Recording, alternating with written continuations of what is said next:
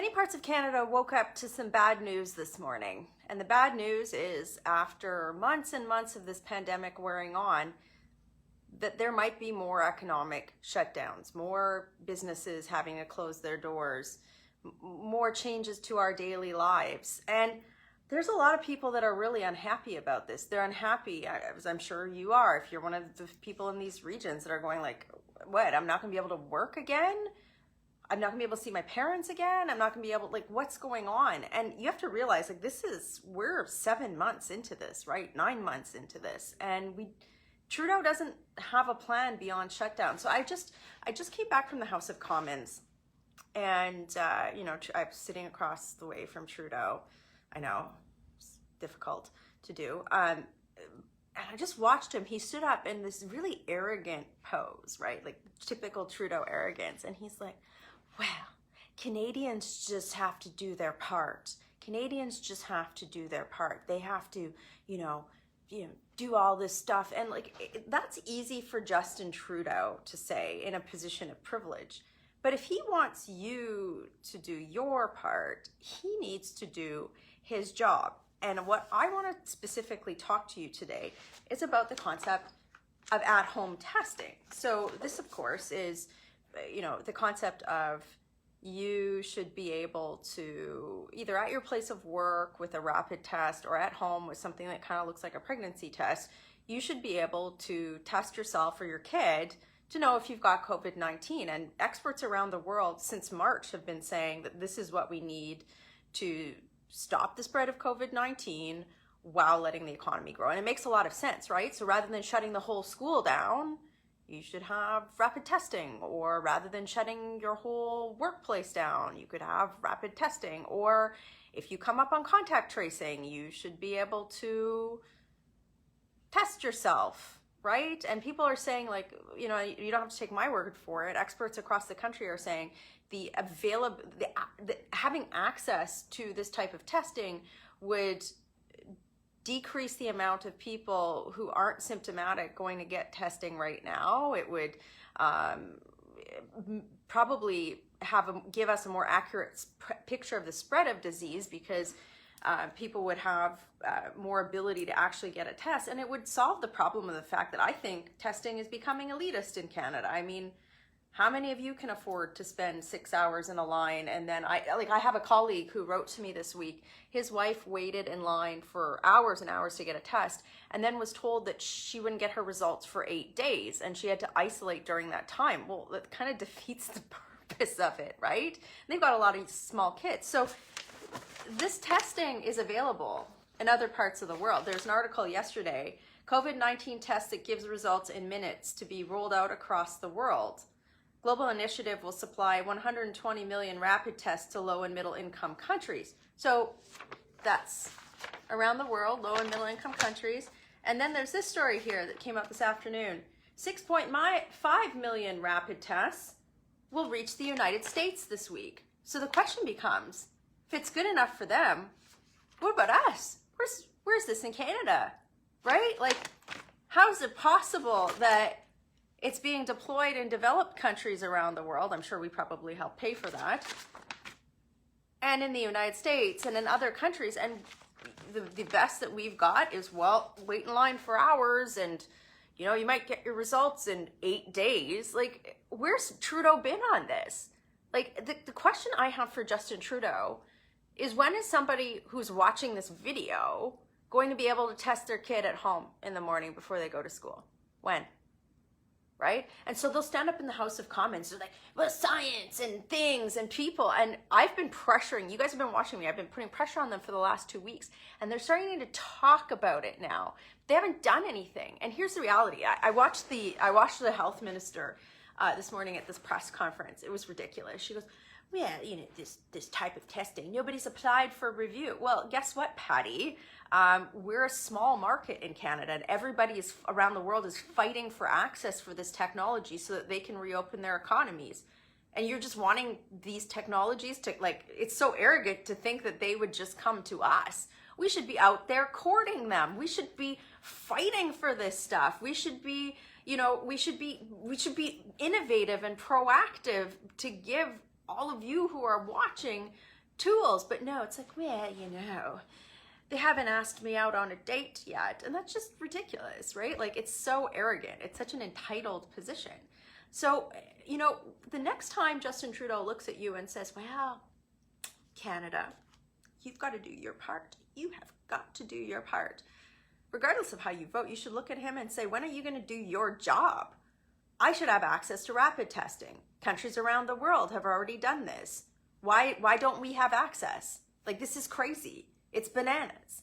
Think about the impacts. Not only does it impact you if you have kids and you're going to school in the morning, it impacts the hospitality and tourism industry. How many of you have lost your jobs in those sectors, right? Because they haven't been able to figure out how to deploy that to look at as a tool to even do a feasibility study on reopening some of those industries, or you know, family reunification, or I don't know, I could list a million different things. Long-term care centers. Long-term care centers. There's a great point. How come how many of you, I know many of you have written to me saying that you can't see family members that are in long-term care facilities because they've just been shut down. And we know that familial contact has a great impact on mental health. And like, we could be using these in long-term care centers to help spread the, you know, combat the spread of COVID in those areas. And we're not. Like, these guys need to use their noodles. Like this is a no-brainer. We've been asking for this in March. And today, I'm reading newspaper article after newspaper article saying that it's available in other countries.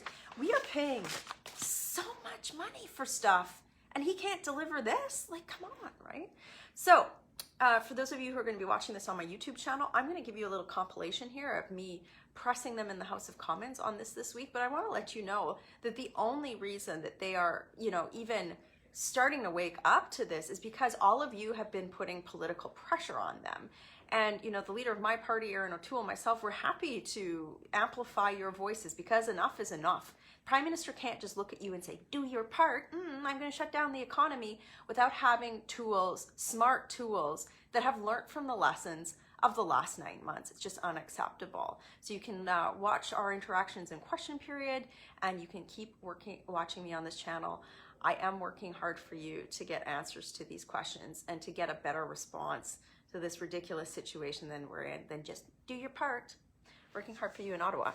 Have a great day. Earlier this year, Tokyo Airport started using rapid COVID-19 tests. And these are different tests than the Prime Minister outlined this morning that take hours to get and days to receive the results. They're different.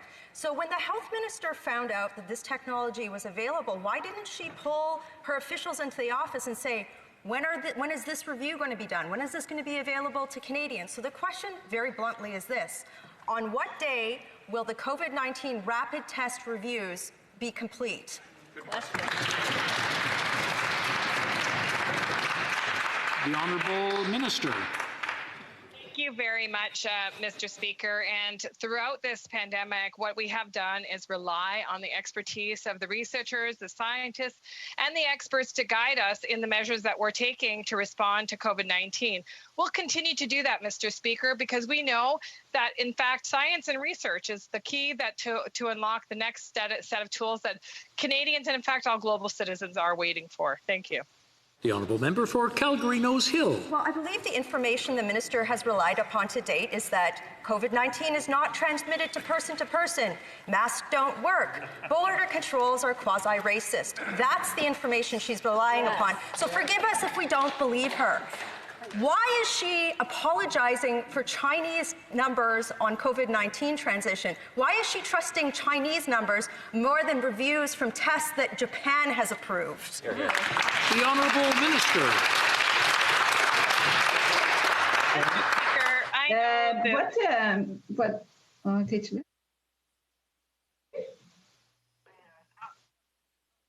Seem to have had a technical difficulty. Yesterday, the Minister of Health said, quote, that she would rely on the expertise of researchers, scientists, and experts to guide us on the matter of rapid testing. But experts, researchers, and scientists in other developed countries have already approved rapid and at-home testing. Right.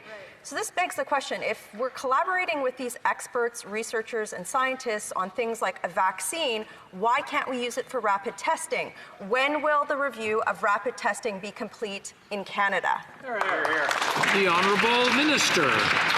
Well, thank you very much, Mr. Speaker, for the question. And I obviously share the members' deep desire to have more sophisticated tools to be able to respond to COVID-19, including more sophisticated testing capacity. Of course, there's not one single rapid test solution, and testing is a complex space. But I will tell you what I do know. We need to rely on Canadian regulators who will tell us when a test is safe enough and accurate enough to be released into Canadian society, because, of course, tests that don't provide accurate responses could make situations way worse. Thank you, Mr. Speaker.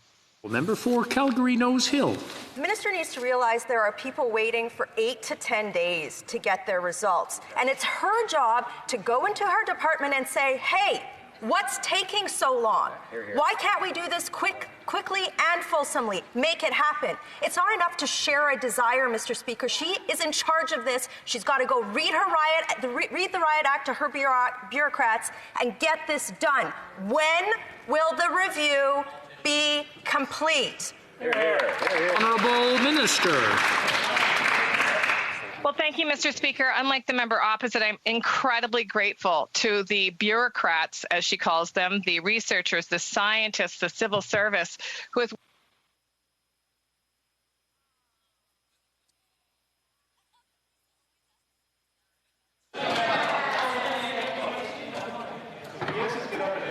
We're on mute. We haven't heard anything. The Honourable Minister, if she can check her connection.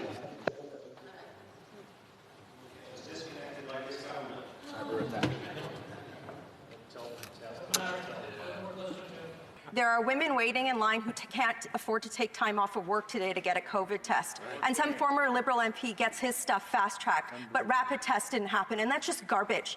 I just read, it's just breaking, that there's a global initiative that's about to send 120 million antigen tests, at-home tests, to developing countries around the world. Germany has bought 20 million of these tests, and so has France and Switzerland. Where are ours? Honourable Minister of Health. Mr. Speaker, thank you very much for the question. It's really important that we understand that testing is a complex space, and one test is not the same as another. It is also very important, Mr. Speaker, that we rely on the incredible scientists and regulators that are working so diligently at Health Canada to assess every single applicant and ensure that whatever is regulated and approved in Canada will not make the situation worse, but in fact will help provide clarity for people seeking tests. Prime Minister just talked about wanting Canadians to do their part with contact tracing very enthusiastically, but that's really easy for him to do given his privilege.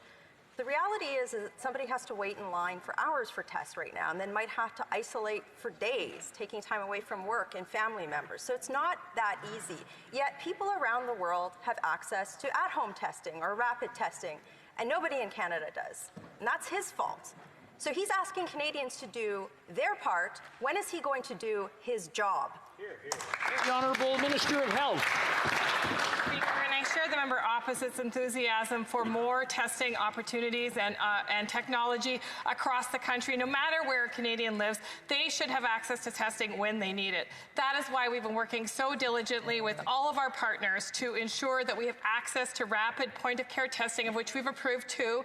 Of course, testing at home is more complex, and it is a challenge for countries all around the world. Mr. Speaker, we will continue. We will stop at nothing to make sure that we have the most current technology that is accurate and that helps contribute to defeating COVID-19. The Honourable Member for Calgary Nose Hill. There are people in Montreal today that are being faced with another economic lockdown. It's been 7 months. I mean, like, standing up here and just saying that isn't going to fix the problem. We don't have these tests, yet other countries around the world do, and that's because of incompetence. So Canadians need to know this. No pretty words. When are we going to have access to those tests? When are they going to be in the hands of Canadians? Honourable Minister.